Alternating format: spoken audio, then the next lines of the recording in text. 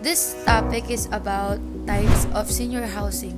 Before that, what is senior housing? Senior housing is a housing that is suitable for the needs of an aging population. It ranges from independent living to 24 hours care.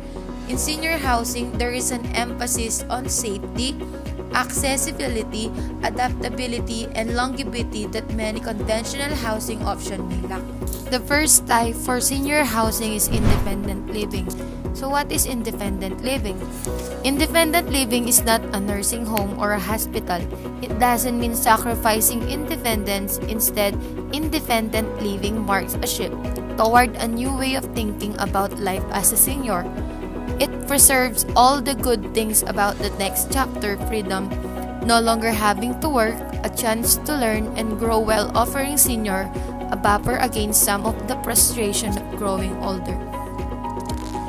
Independent living in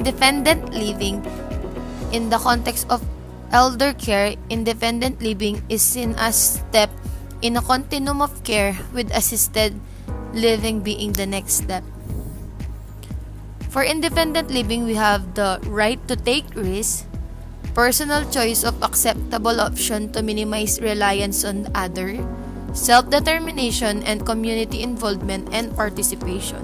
What is an independent person like? Joy in being alone. Independent people enjoy alone time. They utilize this time to care for themselves, learn new skills, or focus on self-improvement. They find place with themselves instead of looking to others to fill the silence of time alone. Self-improvement. An independent person is always improving themselves. How does independent living work? In contrast to assisted living, independent living is built for individuals who can still live independently but enjoy having access to assistance when needed.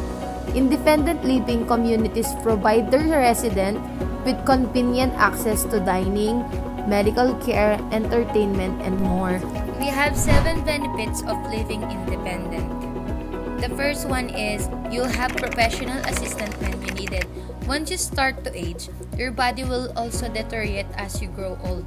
You will be prone to a lot of illness and diseases. Because of this, you'll need to have the help of professional more often. This is something which you can experience with independent living. With independent living, you will never have to live alone, so caregivers are never too far away whenever you need help. And then the second one is you'll have an avenue for socialization and entertainment. Independent living not only means having professional help out with your daily needs, but also having friends to entertain you. Independent living can be an excellent avenue for you to continue doing what you do with the assistance of friends. This kind of setup will be very beneficial for your mental health and overall well-being. And then the next one is you experience privacy when you need it. Each senior has a different type of needs. While some love to be surrounded by different people all the time, others would want to be secluded in their personal space. Either way, you can enjoy these things with independent living. You have the opportunity of choosing to participate in activities in other senior or spend on your own. And then the next one is you pay for all exclusive rent. You'll be retiring from work once you become a senior. As mentioned, you won't have the same level of energy, which is why you'll be spending most of your times indoors. Since you have no longer work, money will become more critical than ever. When you decide to pay for independent living, you'll be paying for all the exclusive rent. This means you will only pay for one bill every month, and this already covers costs on water, electricity, and cable. Having this convenience can be advantageous to your age and lifestyle. And then the next one is you pay for lower cost than a nursing home. Independent living isn't the only choices for senior. In fact, you can choose between independent living or a nursing home.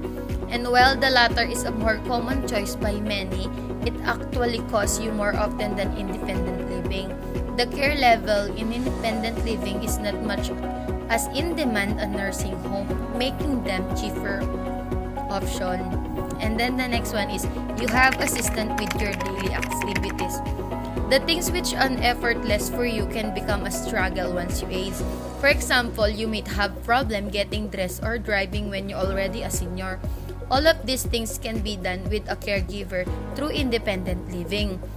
Regardless, if you want to help achieving good personal hygiene or getting weekly groceries, you have assistant whenever you need it. And then the last one is you'll be safe and secured.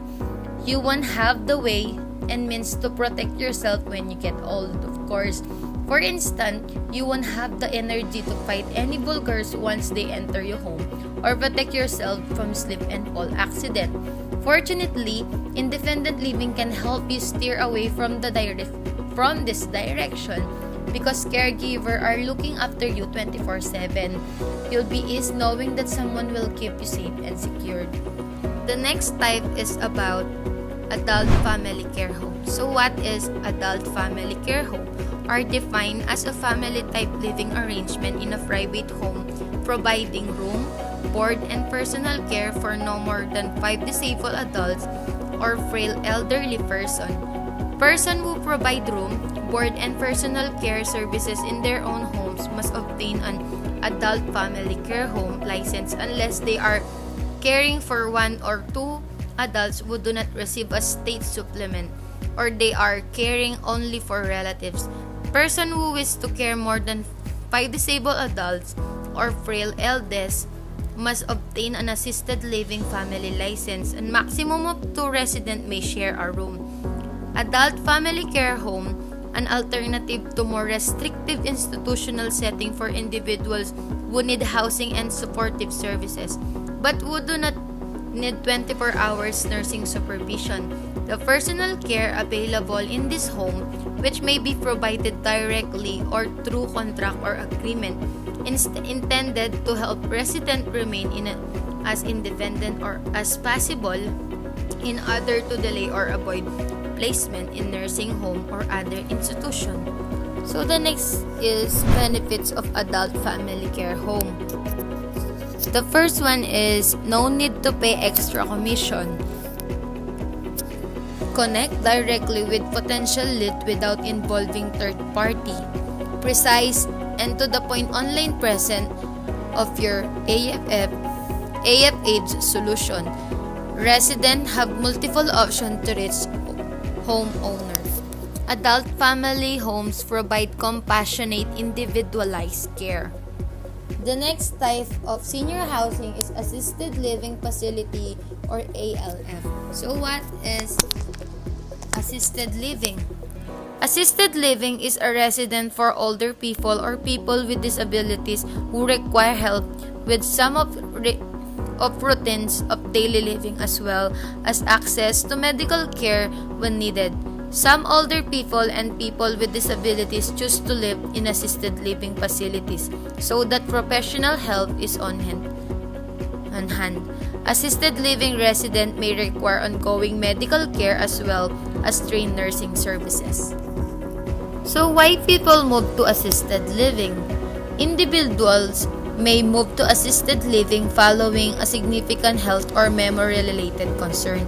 Individuals move into assisted living for more social interaction with people in their peer group to reduce their responsibilities for safety and security for activities and physical fitness offering.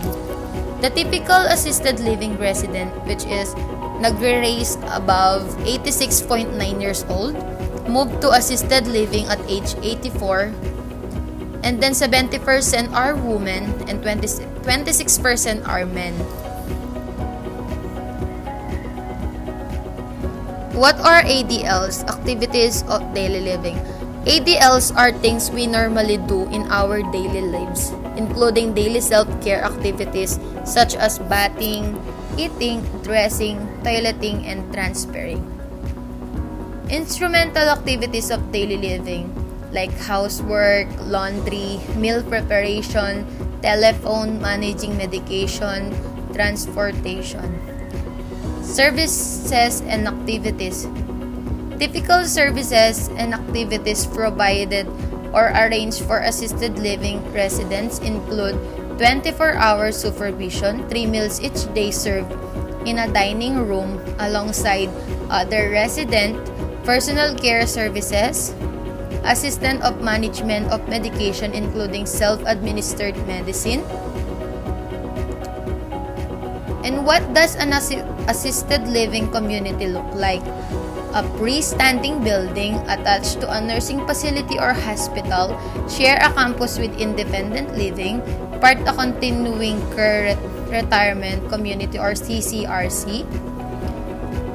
Choosing an assisted living community, obtain recommendation from your physician or from friends, social workers, financial planners, or your local long-term care office. Make sure the community is licensed or registered if required by the state law. Visit communities more than once at different times of the day. Benefits for assisted living.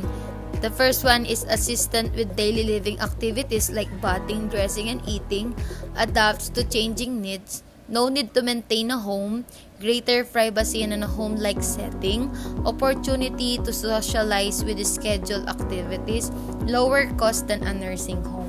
The next type for senior housing is about skilled nursing facility.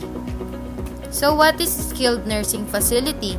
An inpatient healthcare facility with the staff and equipment to provide skilled care, rehabilitation, and other related health services to patients who need nursing care but do not require hospitalization. Skilled nursing facilities or nursing home. Skilled nursing facility part of a nursing home or hospital that provides skilled nursing care. Registered nurses who provide skilled nursing care to people along with the interdisciplinary staff team. Licensed practical and vocational nurses, physical therapy, occupational therapy, speech therapy, social worker or case manager. Skilled care, usually a short period. Custodial care may be required for no longer period. Skilled nursing facility is not simply a hospital. While do we offer in-depth medical care, residents are also offered more mobility and fun recreational and social activities. A skilled nursing facility is not a place with no independence. Residents can make their own decision about their schedules, activities, healthcare and treatment, and more. A skilled nursing facility is not only for the elderly. We provide long-term or short-term care for a patient of all ages who require varying levels of treatment and attention. A skilled nursing facility is not an assisted living facility. Assisted living facility only offer medication management, whereas we also offer nursing care and some medical treatment. A skilled nursing facility is not a sad, lonely place. We offer group outings, live music, yoga, and other amenities that provide residents with the highest possibility quality of life. 5 benefits for skilled nursing facilities are a great option for the senior. The first one is medication management. Depending on their health, many of our elderly loved ones have a list medication they must take regularly to help them manage common conditions such as diabetes, high cholesterol, or etc. After a stroke, fall, or serious illness, the list of daily medication will only multiply, making it very difficult to keep up for dosage for each one. A skilled nursing facility will keep track of every resident's medication schedule, ensuring that every dose is administered on time and in appropriate amount. The second one is in-house physical therapy and activity. Engaging in movement is extremely important to the senior health, especially for those who are recovering from an accident. Unfortunately, senior who live alone often become sedentary due to risk or falling or lack of encouragement. Skilled nursing facilities offer both physical therapy and various physical activities to keep senior moving at whatever level they are able, allowing them to both restore movement in joints affected by an accident and or maintain their function. The third one is balanced diet nutrition. Proper nutrition is essential at childbearing age. However, it is a critical during recovery. Senior recovering from a health issue who live on their own will be limited in the mobility, making it difficult, sometimes impossible, for them to prepare healthy meals at home. A retirement community with the skilled nursing will prepare a variety of delicious meals to fit every dietary need while keeping track on their caloric requirement.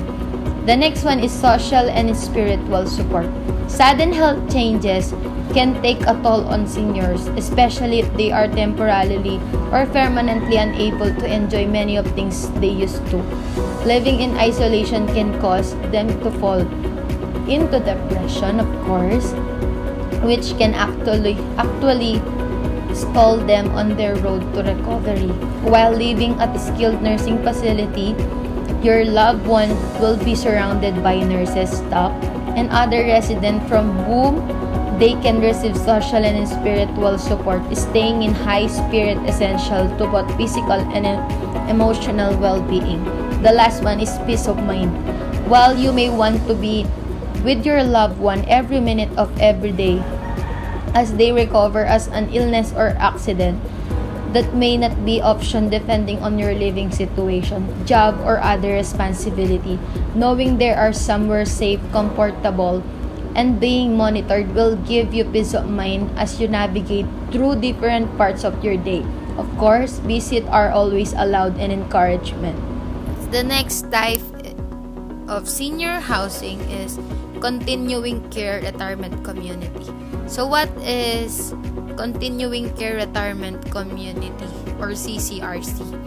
Known as a Continuing Care Retirement Community, a CCRC is a place where you have access to multiple levels of care on a single campus. No more worrying about having to relocate to a senior living community that provides a different kind of care service.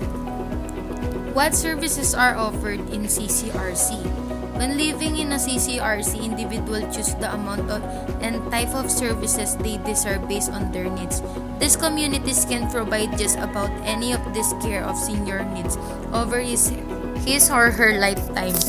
This includes health services including medical needs in the skilled nursing component. It also includes all personal care such as toileting, bathing, and personal hygiene. Some individuals will obtain housekeeping services. Most often, CCRC also ensure there is emergency medical help readily available to the individual who needs it. This can provide instant peace of mind for anyone living in the property. Residents also benefits from added services such as transportation to their appointments, to go shopping, or to other location. They also can enjoy various programs such as social activities, educational activities, and outings. This differ from one location to the next. However, because these are full communities with numerous amenities to offer residents at all levels, they tend to offer more versatile needs.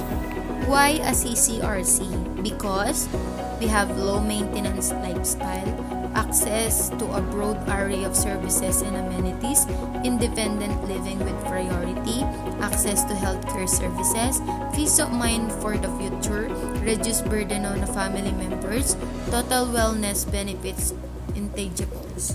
Continuing care retirement community benefits. The primary benefits of this kind of community is called a continuum of care, and it's designed so you can likely stay in the same place with the same people even if your health changes down to the road. The last types of senior housing is hospice. So what is hospice?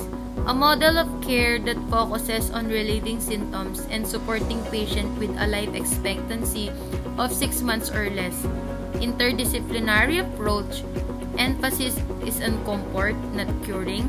Provide inpatient home, freestanding hospice facilities, hospital, nursing home, and other long-term facilities. Hospice is a care program that provides assistance to those individuals who have an incurable diseases and have chosen not to pursue any further aggressive treatment. Hospice can be considered The patient and family caregiver as one unit. Care provides support for all. Hospice care is provided whenever a patient calls home. For hospice, we have health care. Medication management services ensure residents don't miss their doses. Certified staff on hand to observe any changes in vital sign or general condition. Nurse on call 24 hours a day in case of urgent medical issues. For socialization, plan daily activities help residents remain social engaged. Socialization promotes mental and physical well-being. Social opportunities improve mood and lessen the symptoms of depression. For nutrition, 3 balanced meals provided every day. Meals can be customized for specific dietary needs. No need for residents to worry about cooking for themselves. For personal assistant, compassionate staff aid with hygiene, dressing, and bathing when necessary. Housekeeping and laundry services provided. Transportation provided to medical appointments and shopping outings. For safety, we have emergency call system in case of fall or accident. Grab bars in bathrooms for added stability. Walk-in shower to help prevent falls in wet condition. Quality of life. Residents and their loved ones can enjoy the comfort of knowing they are safe and secure. Access to healthcare, peers, and amenities not readily available while living independently. All the comforts of homes are so much more. We have level of care. The first one is routine of care. Routine home care is the basic level of care under the hospice benefits. It is covered for homebound individuals with Medicare Part A and B who are under the care of doctor who has specified the services are needed. The amount of frequency and time period of the treatment must be reasonable and you must be expected to improve in a reasonable and predictable amount of time. Routine home care services include part-time or intermittent in skilled nursing services, physical therapy, occupational therapy, speech language pathology services, medical social services, part-time or intermittent home health aid services, medical supplies for use at home, durable medical equipment. Medical will cover 80% of all costs, injectable osteoporosis drugs, and for level of care, continuous home care. Continuous home care is available during times of crisis when a higher level of continuous care is needed for at least 8 hours in a 24-hour period to achieve palliation or management for acute medical symptoms. 50% of the care needed must be provided by a nurse. Symptoms requiring 24/7 care. Some example of symptoms requiring continuous care would be unrelieved pain, severe nausea and vomiting, severe shortness of breath, anxiety or panic attack, a breakdown in a primary caregiver support system. And then the next one is general inpatient care. Some patients have short-term symptoms so severe they cannot get adequate treatment at home, or they may feel uncomfortable getting treatment at inpatient facility. And then the next one is respite care. Respite care services are more for family than the patient. If the patient does not meet the criteria for the quality them for continuous care of inpatient care, but the family is having difficult time, respite care may be an option. If a patient family is a primary source of a care cannot meet their loved ones need to due to caregiver stress or other extenuating circumstances, a patient may temporarily be admitted to an inpatient environment to give the family a needed break of respite. There is a 5 limit of respite care. Once the period expired, the patient is discharged and returned. Benefits of hospice care. Hospice take care of all the medication for all the patient and also the hygiene and cleanliness of the surroundings for the patient, and also hospice can provide physical comfort and emotional help if needed for the patient in a professional manner. We have top 5 benefits of hospice care services. The first one is quality care provided by a team of healthcare professionals including your loved one's doctor. A support system is established not just for your loved ones but for your family as a whole. Hospice care providers can personally go to your loved one's location of care. Hospice care services cover medication for terminal illnesses. Bereavement care is provided for the family thereafter.